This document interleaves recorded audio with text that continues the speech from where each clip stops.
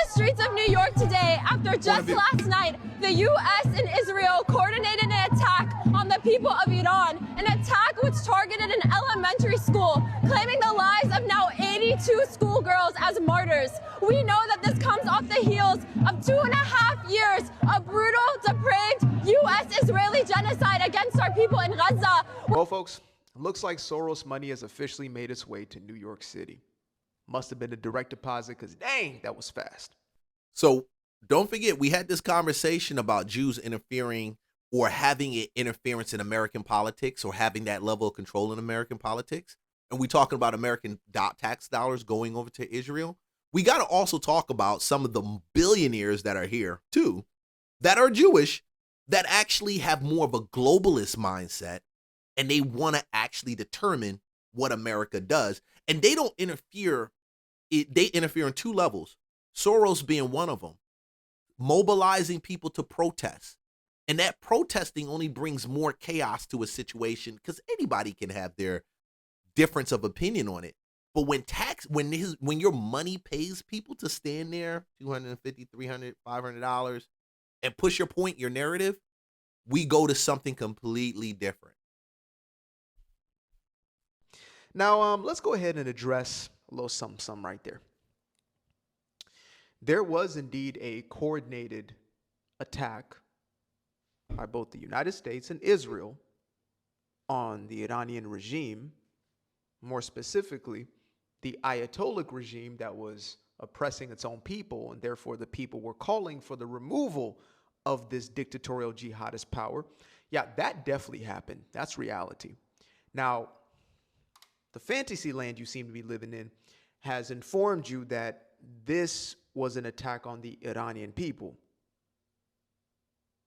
Turns out that this is the response of the Iranian people.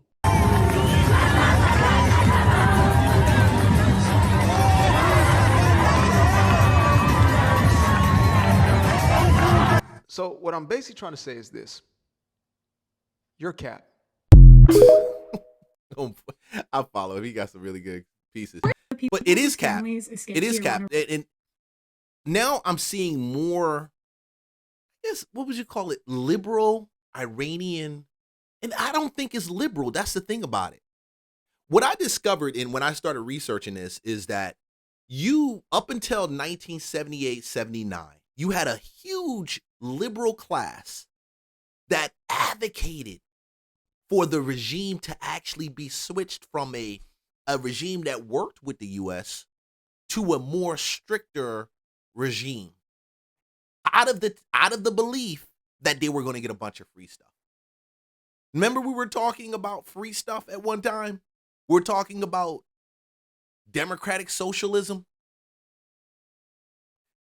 The Ayatollah advocated, and his message to them in 1979, 78 was a message of these billionaires are here and they have oil money and they are living this lifestyle. People used to vacation in Iran. Used to vacation in Iran. Vacationed in Iran, had homes in Iran. Iran was like considered Las Vegas / California / Florida of the Middle East.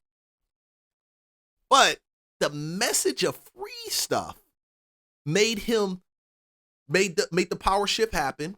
That was one of the messages on there.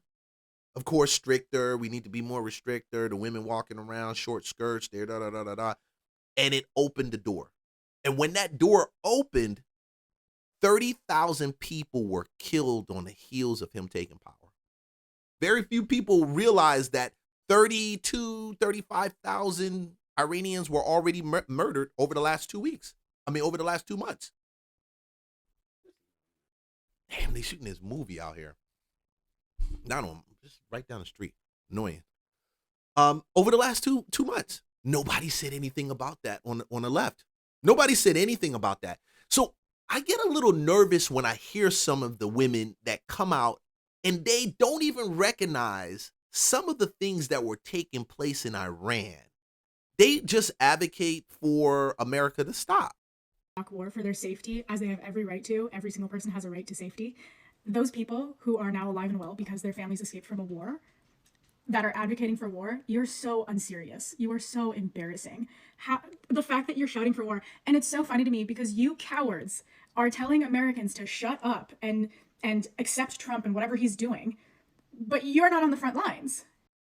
So the Iranians, and go check out Patrick Bet Davis' podcast, PBD podcast, cool podcast to listen to. Born in Iran, I listened to him for a couple hours, just reflect on what took place.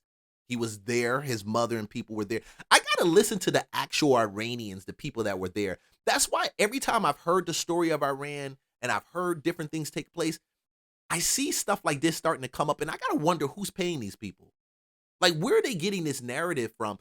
When your family escapes Iran and then they shouldn't be mad or upset that Trump is trying to free Iran or he's listening to the calls, and whether you say it's alternative motives or he just want to cut off, that's 20%. Iran helps bring it up to 20% of the oil supply for China, which is our number one enemy globally. Number one. Getting chopped off. So I'm wondering, what's the motive behind this? Like, what makes a person in their brain say, your family got out and you're wrong for wanting the regime that forced your family to run to be brought down? Does that even make sense? You're not under the bombs. You're not there. You're not fighting the good fight. It's not your newborn babies. It's not your premature babies that have to be evacuated from Gandhi Hospital in Tehran today.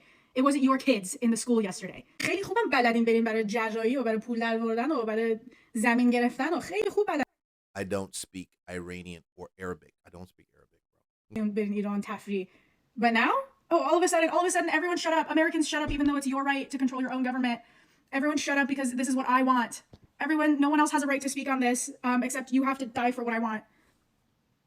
Oh my God, unserious. You people are unserious. I don't support the regime killing innocent Iranians, and I will never support the US or Israel killing innocent Iranians. I will never support anybody killing a single. And that's the mistake.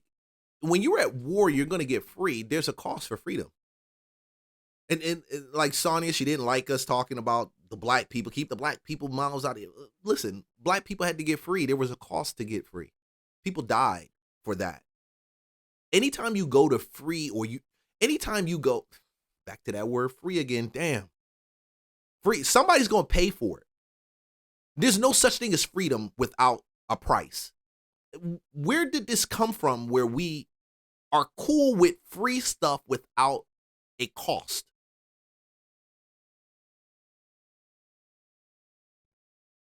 I don't know. Innocent Iranian. If you spoke up about the regime killing people, you need to speak up about the US and Israel killing people. And if you speak up about Israel and the US killing people, you also need to speak up about the regime killing people. Innocent Iranians should not be paying the price. Innocent Iranians should not be paying the price. But unfortunately, these same innocent Iranians, they're innocent, but they're calling for freedom. And one thing I noticed, it was very weird. You only have about 30% of the country that's actually more pushing for the same regime to be there. But that's enough. Just like in China, 20% of China is they're really socialist. They really agree with the regime in China. But that 20% is enough to hold everything in China in place. It's just the 80-20 rule, right? 20% of the people do the work. 20% of the people keep the team up. If you're in sales, 20% of the people actually drive the productivity of the country, of the company. The 80-20 rule is so real. It's still real. It's still real. You want us to not do anything for the 20%, the 30% that's there. I am not an advocate for American troops dying. I'm not an advocate for it. But damn, we're in a place right now, and I think Trump recognizes it, and some people don't want to recognize it. The enemy is not Iran, honestly. Even with their potential for nuclear power, it's not. The enemy's not even, who else? It's not even Zoran Mandani. Honestly, it's not. I keep saying the enemy is China, really. The enemy is the ideology of China. That's really what it is. And China does back and get together with, I would say, countries that have the same ideology, but very similar. They have a working relationship with Iran. They get Iran supplies about 4% of their oil, 4.5% of their oil, close to 5% in China. I think it's a little bit more than that. Venezuela had 4.5%. Iran had somewhere close to about 14.5%. And they get a little bit more from Russia, too. Russia benefits from that. But all of these regimes, they seek to destabilize America. When did we become comfortable with that level of threat being on our back doors? Here comes the liberal news media of America. Maybe it's for oil, as the president daydreams himself into another 19th century war fantasy of conquering some foreign land he doesn't understand or care about, but he would like to rob them of their natural resources. Maybe he thinks Iran and its proud 92 million people will happily and easily become a new colony in an empire helmed by an American emperor. Maybe that's what he thinks. But as this now becomes the 7th country Trump has bombed just since being back in office for 1 year. Obama bombed 9 countries. I think it was 8 or 9 countries. Same amount. No less than 7. It was no less than 7. 8 to 9 countries. And we wasn't at war. We wasn't at war. He bombed them. Syria, the same list. Cui bono? Who benefits? It seems like a disturbingly easy question to answer. Why has the U.S. government been pushed in this direction? Follow the money. Why is Donald Trump willing to let that happen? Well, with this president, sadly, we keep learning over and over and over again that the easiest answer is almost always the truest one. He does not play four-dimensional chess. There's just him and what we know he's like, right? This president appears to have grown his enormous and excitable new appetite for military intervention in just this 1 year back in office. No. Trump has been speaking about this since he sat on the couch with Oprah Winfrey back in 1988, 89. He's been saying the same doggone thing. He's been talking about Iran. He's been saying the same doggone thing on global politics, about China, about the way that George Bush, not George Bush, Bill Clinton empowered China to do the run that they have right now. How America empowered China. This is not a new conversation. We keep repeating the same thing over and over again. The man was talking geopolitics on the couch with Oprah Winfrey and saying exactly what he's done right now in the position to determine and adjust geopolitics. And he simply said it because America, and he repeated again, America can't be strong when this is in place. America can't stay in that position as this is in place. Why do we think that this is a brand new thing? This is not brand new. This is not a Trump brand new delusional. This is not. Trump said this in a part of the deal. Trump said this. He's been remained consistent to who he is, whether you like it or not, whether you like it or don't. But bro, I get tired of women who don't even understand global politics. Come on, women. I need more. Like, I sit back and look at AOC in Munich, in that Munich address, just stumbling, blah, blah, blah, blah, blah, blah. Governor of Minnesota, same thing. Blah, blah, blah. Bro, this is not a brand new trip. We've known this already with Trump. So for me to say that Trump is doing this out of some delusional position to be king of the universe, this Negro knows he's going to die. We know he leaves office in about 2.5 years. This is an attempt to do everything I can in the next 4 years and get it all done. Whether you like him or don't, Do I agree with everything that Trump does? No, I don't. No, I don't. Do I believe that Iran was a clear and present threat? I don't believe they were at that point in time. I don't, honestly. I think more the money that was released back to Palestine was probably the biggest threat. But I don't believe that Iran was really the biggest threat. I don't believe they were the biggest threat. Were they going to acquire nuclear power? Now, let me tell you one thing that a lot of people don't talk about. Iran, their biggest supply of weaponry comes from Russia. Russia has nuclear capability. Russia advocates for Iran on the world stage, okay? So when NATO gets together and they say they want to condone or want to bash what took place by any of these powers, specifically when they have an issue with Iran, you have Russia advocating for them, and they have been advocating for them, and nothing's changed.